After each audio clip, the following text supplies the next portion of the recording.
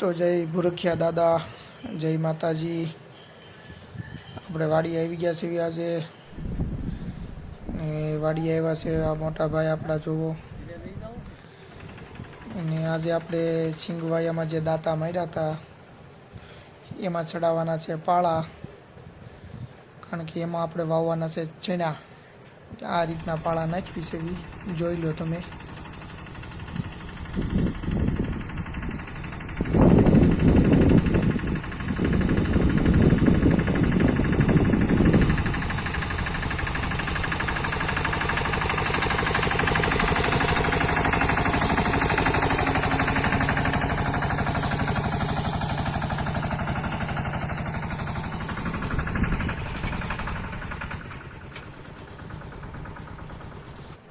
તો આ રીતના પાળા આપણે નાખ્યા છે।